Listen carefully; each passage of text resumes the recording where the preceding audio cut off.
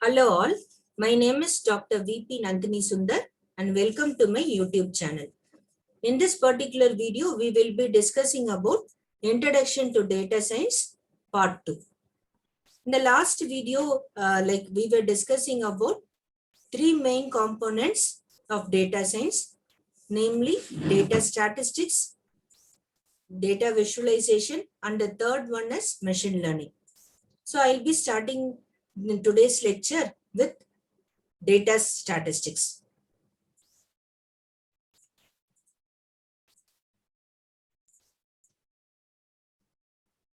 So statistics essentially it is the branch of mathematics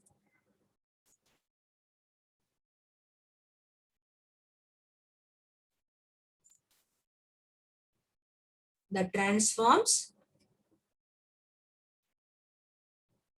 data into useful information.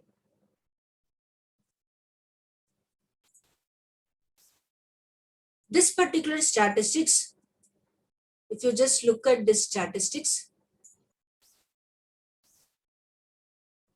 it is divided into two different important branches, okay, which is descriptive statistics, and the second one is inferential statistics.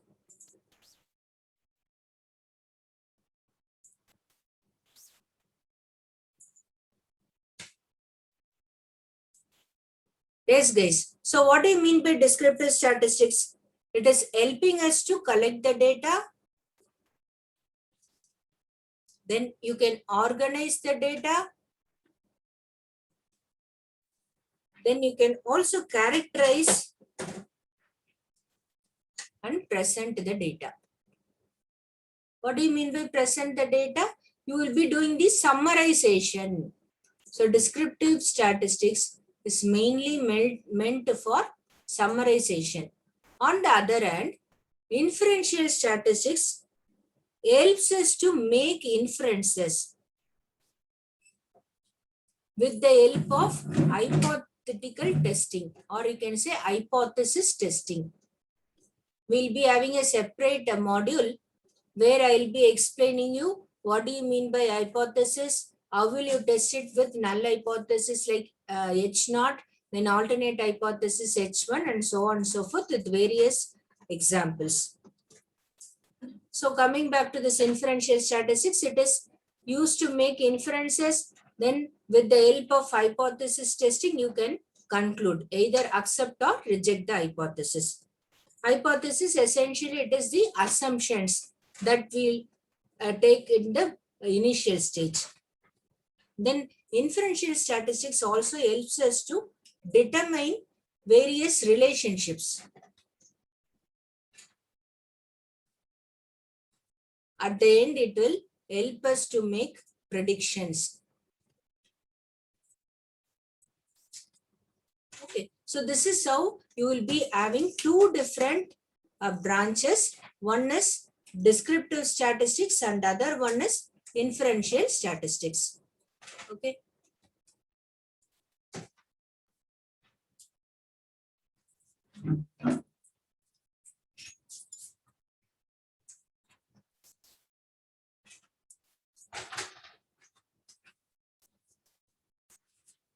Now we'll just quickly see the definition for inferential statistics. Definition for inferential statistics.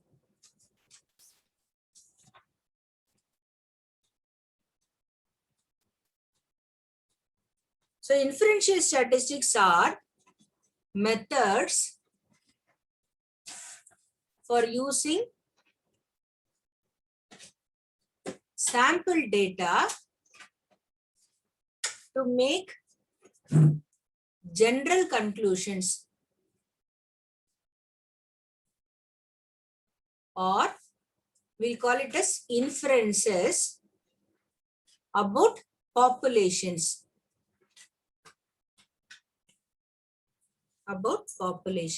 So we'll just see what do you mean by as population. So consider a big circle. This one we'll call it as a population. Suppose assume I have got a smaller circle inside this, which we'll call it as sample. So inferential statistics helps us to make the general conclusions or inferences about the whole lot of populations based on the sample, which can be achieved using inferential statistics.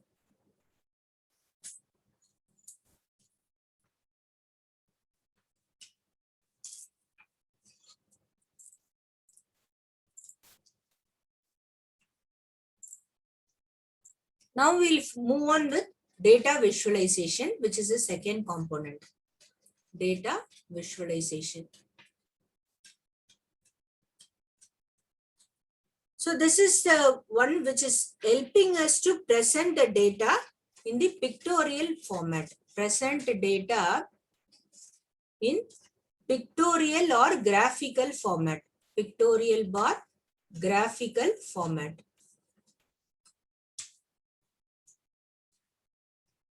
For example, you can very well say, like, if you want to see the details about the products that has been sold in a particular region for a stipulated month, then you can very well just draw a graph and show it to the stakeholder. So likewise, you can very easily summarize the total data in a small graph and just give the insight to the management. Okay, then the benefits of DV. DV is data visualization. So this is mainly used to absorb information in new and more constructive ways.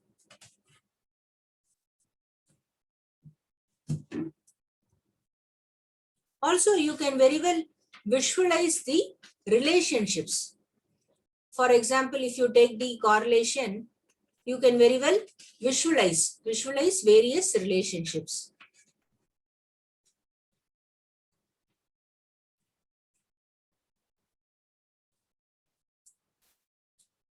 Then you can also identify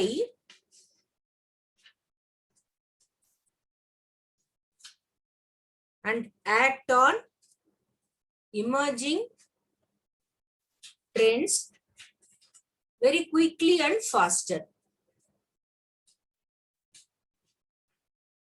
And also it is used to foster a new business language.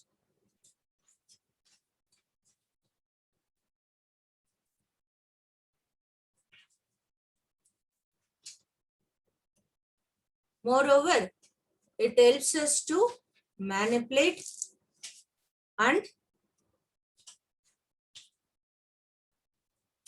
interact directly with data. So these are all the various benefits of data visualization. Now we'll just quickly see the main DV libraries.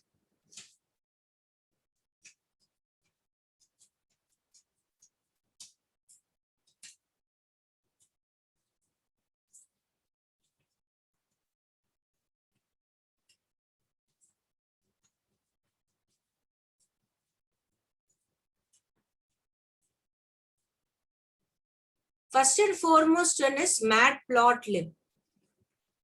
Matplotlib. This is the most basic library. Most basic library used for visualizing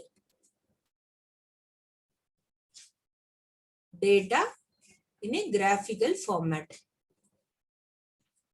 Okay. The next important library is Seaborn. This is a very effective data visualization library, guys. So this is built on top of Matplotlib. So this is the statistical DV library based on Matplotlib. And it is very easy to use. And the third one is Bokeh, B-O-K-E-H. Bokeh. This is used to generate interactive graphs.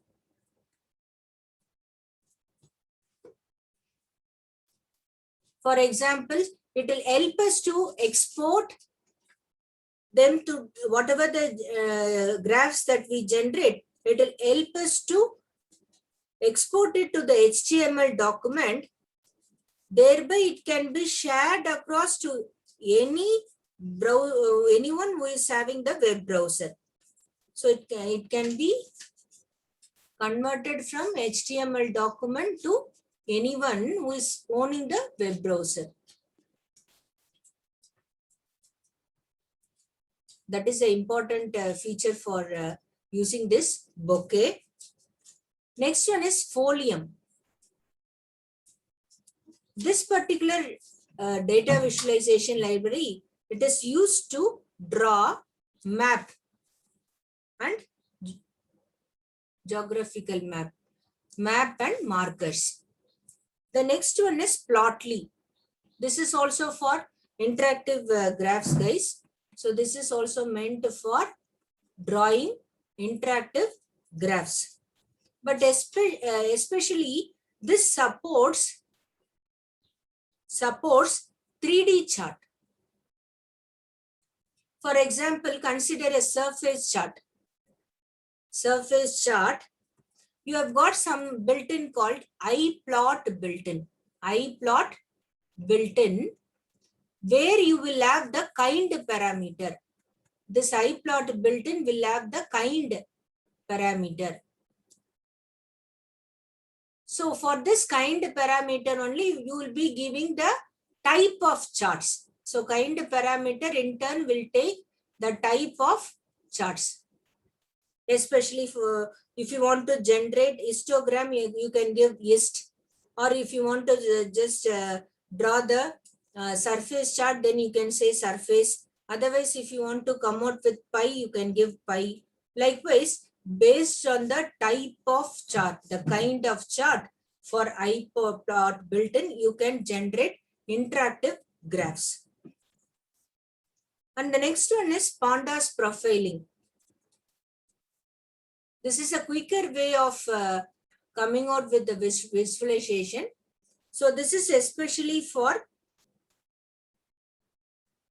like using the profile report built-in. This is used to generate interactive reports. Once again, generate interactive reports. See, very clearly it will give you the respective graphs meant for continuous data and categorical data.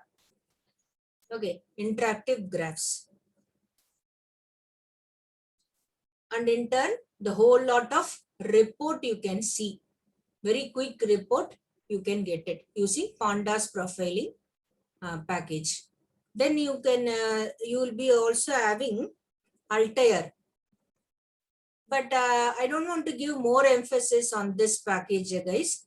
So since it doesn't take that much additional features, okay, so it doesn't bring anything new. So likewise, you have got many number of important DV libraries: Matplotlib, Seaborn, Bokeh, Folium, Plotly, Pandas profiling, then Altair. Okay, so these are all the various DV libraries that is available. Now let us move on with type of visualization. Types of visualization. There are very many different types available. So for example, the basic charts, if I want to come out with that, okay, then I can depend on chart. Otherwise, geographical locations, I want to give some insights. Then I have to depend on map, then network, then matrix report is there with rows and columns. Then I have got time series forecasting, time series graphs. Then for decision tree, I'll be using hierarchy. Then you have got another type as flow, then infographic. Likewise, you have got many different types of visualization.